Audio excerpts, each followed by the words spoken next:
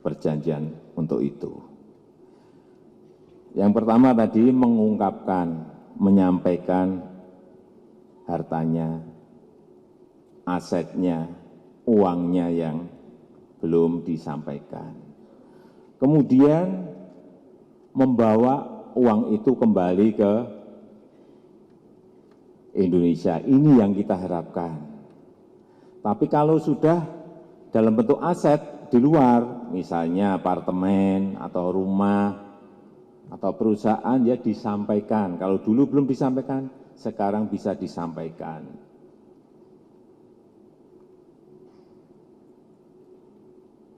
Atau yang di dalam negeri juga sama, yang dulu belum disampaikan, sekarang disampaikan. Ini yang juga kenapa kita sampaikan bahwa UKM juga sangat memerlukan ini, karena nanti tarifnya biar disampaikan oleh Pak Menteri Keuangan, berapa tarifnya akan nanti disampaikan. Dan yang ketiga, syarat untuk ikut amnesti pajak ini adalah tidak sedang berperkara atau menjalani hukuman pidana perpajakan. Kemudian yang terakhir tentu saja membayar uang tebusan. Kalau yang ikut awal-awal ini 3 bulan di depan, itu kalau membawa uang dari luar ke dalam, kena berapa Pak Menteri?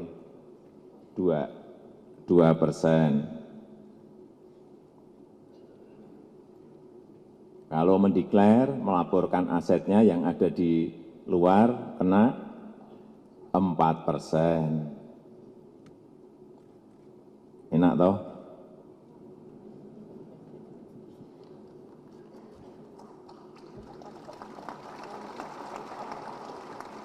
Daripada nanti tahun 2018. Kalau ini sudah ditutup, amnesti pajak ini, kemudian nanti ada keterbukaan informasi, nah, saya nggak nakut-nakuti loh. Karena saya memang tidak ingin menakut-nakuti, saya ingin mengajak. Kemudian apa? Ini yang sudah kita siapkan. Instrumen-instrumen apa jangka pendek yang sudah kita siapkan? Ada reksadana, bisa dimasukkan dulu di situ. Ada surat berharga negara SBN, bisa dimasukkan ke sana. Ada obligasi BUMN, nanti Bu Menteri BUMN akan menyampaikan, Bu Rini, apa.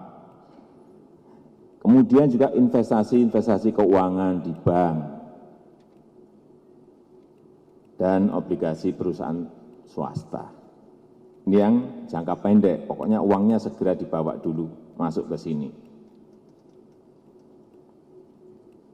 Kemudian investasi jangka menengah panjang, saya kira sudah di mana-mana saya sampaikan. Sekarang ini kita baru gencar-gencarnya membangun infrastruktur, baik pembangkit listrik, baik pelabuhan, baik jalan tol, baik airport, baik kawasan industri, ya masuk ke sini.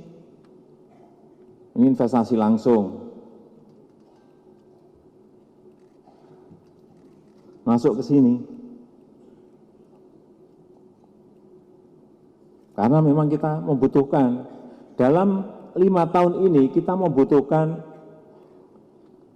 4.900 triliun dalam 5 tahun. APBN hanya bisa menyiapkan 1.500 triliun. Artinya sisanya kekurangannya dari mana? Ya dari swasta, dari mana lagi? Dari mana? Ya dari investasi, dari mana lagi? Inilah kesempatan yang kita ingin agar yang masuk ini pengusaha-pengusaha nasional, pengusaha-pengusaha lokal dulu. Ambil itu, kesempatan ini. Bawa uang masuk, tanamkan di investasi-investasi yang tadi saya sebutkan. Infrastruktur bisa, atau ke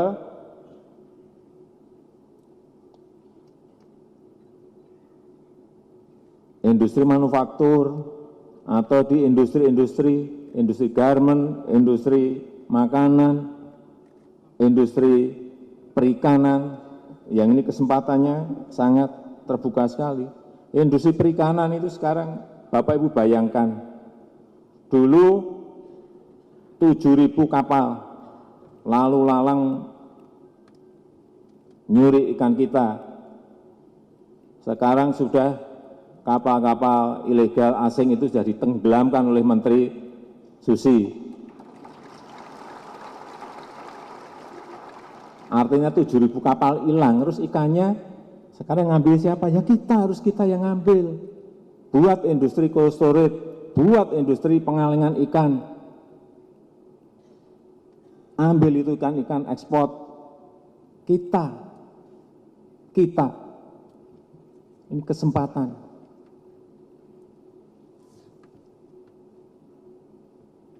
Jangan ambil orang lain, kita. Kemudian juga bisa investasi-investasi di gula. Konsumsi kita itu 5,8 juta ton. 5,8 juta ton. Produksi baru 2,6, berarti impor kekurangan 3,4 juta ton. Ini bisa masuk, bisa dimasuki. Jagung kebutuhan kita 7,3 juta ton produksinya.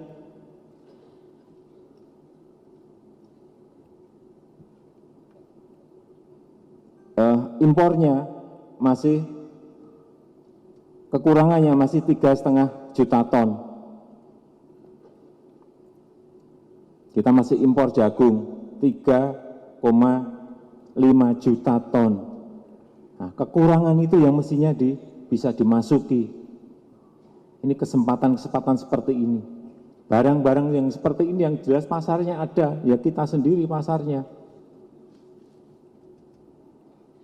Ini yang harus diisi supaya tidak diisi oleh jagung impor. Belum yang lain-lain, buah.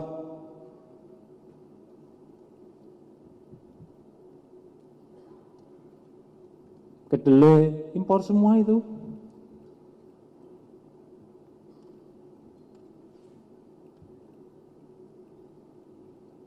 Peluang, opportunity di negara kita ini masih banyak sekali yang bisa dimasuki.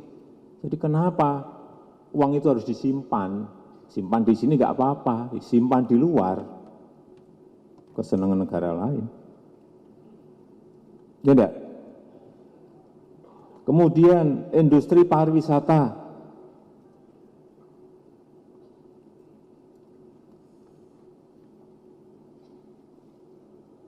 Ada KEK, kawasan ekonomi khusus pariwisata.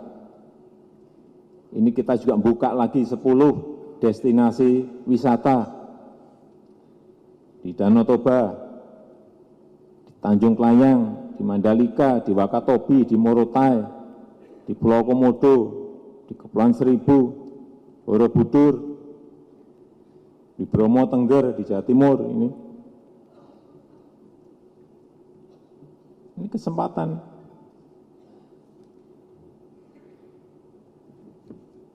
Hotel-hotel, resort,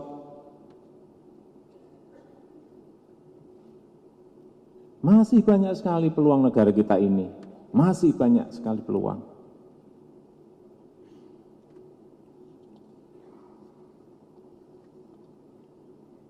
Kemudian di properti,